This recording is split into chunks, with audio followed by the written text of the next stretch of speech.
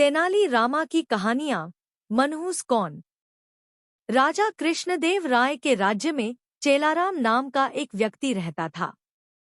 वह राज्य में इस बात से प्रसिद्ध था कि अगर कोई सुबह सवेरे उसका चेहरा सबसे पहले देख ले तो उसे दिन भर खाने को कुछ नहीं मिलता। लोग उसे मनहूस कहकर पुकारते थे।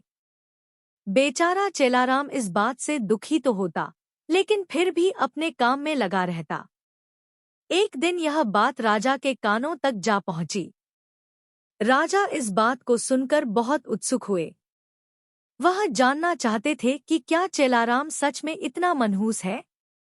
अपनी इस उत्सुकता को दूर करने के लिए उन्होंने चेलाराम को महल में हाजिर होने का बुलावा भेजा। दूसरी ओर चेलाराम इस बात से अनजान खुशी खुशी महल के लिए चल पड़ा। महल पहुंचने पर जब राजा ने उसे देखा तो वे सोचने लगे कि यह चेलाराम तो दूसरों की भांति सामान्य प्रतीत होता है। यह कैसे दूसरे लोगों के लिए मनहूसियत का कारण हो सकता है। इस बात को परखने के लिए उन्होंने आदेश दिया कि चेलाराम को उनके शयन कक्ष के सामने वाले कमरे में ठहराया जाए। आदेशानुसार चेलाराम को राजा के कमरे के सामने वाले कमरे में ठहराया गया। महल के नरम बिस्तर, स्वादिष्ट खानपान व राजसी ठाट बाट को देखकर चेलाराम बहुत खुश हुआ।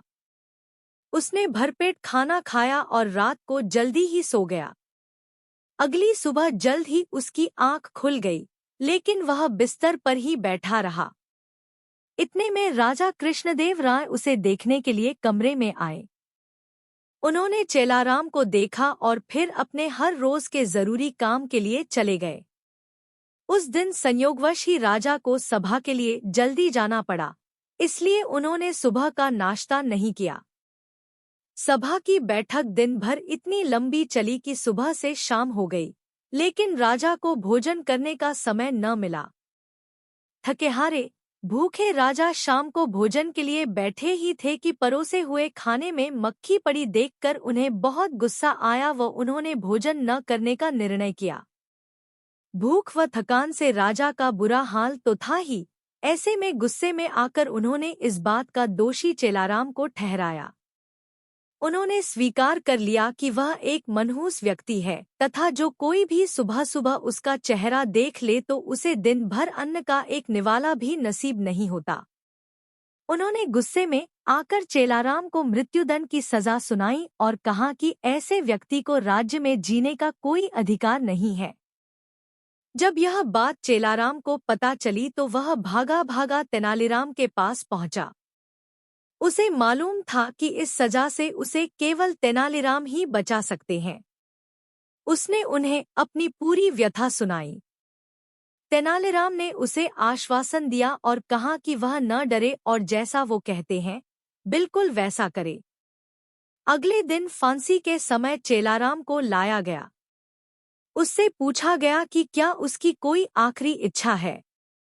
जवाब में चेलाराम ने कहा, हाँ, वह राजा समेत पूरी प्रजा के सामने कुछ कहने की अनुमति चाहता है। इतना सुनते ही सभा का ऐलान किया गया। जब चेलाराम सभा में पहुंचा तो राजा ने उससे पूछा, बोलो चेलाराम, तुम क्या कहने की अनुमति चाहते हो।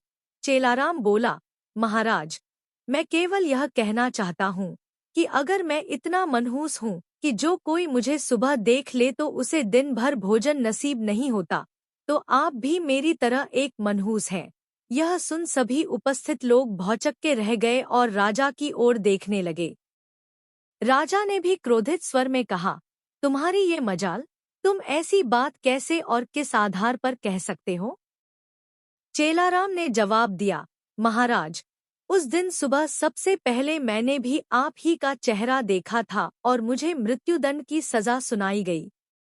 इसका अर्थ तो ये हुआ कि आप भी मनहूस हैं। जो कोई सुबह सबसे पहले आपका चेहरा देख ले उसे मृत्युदंड मिलना तय है। चेलाराम की यह बात सुनकर महाराज का गुस्सा शांत हुआ और उन्हें यह एहसास हुआ कि चेलाराम निर्दोष है। उन्होंने शीघ्र ही उसे रिहा करने का आदेश दिया और उससे माफी मांगी। उन्होंने चेलाराम से पूछा कि उसे ऐसा कहने के लिए किसने कहा था। चेलाराम ने जवाब दिया, तेनालीराम के अलावा कोई और मुझे इस मृत्युदंड से नहीं बचा सकता था। इसलिए मैंने उनके समक्ष जाकर अपने प्राणों की गुहार लगाई थी। यह सुनकर महाराज अत्यंत प्रसन्न हुए और उन्होंने तेनालीराम की खूब प्रशंसा की। उनकी बुद्धिमानी को देख महाराज ने उन्हें रत्नजड़ित सोने का हार इनामस्वरूप दिया। कहानी से सीख। तेनालीराम की इस कहानी से हमें यह शिक्षा मिलती है कि बिना सोचे विचारे हमें किसी की भी बातों में नहीं आना चाहिए।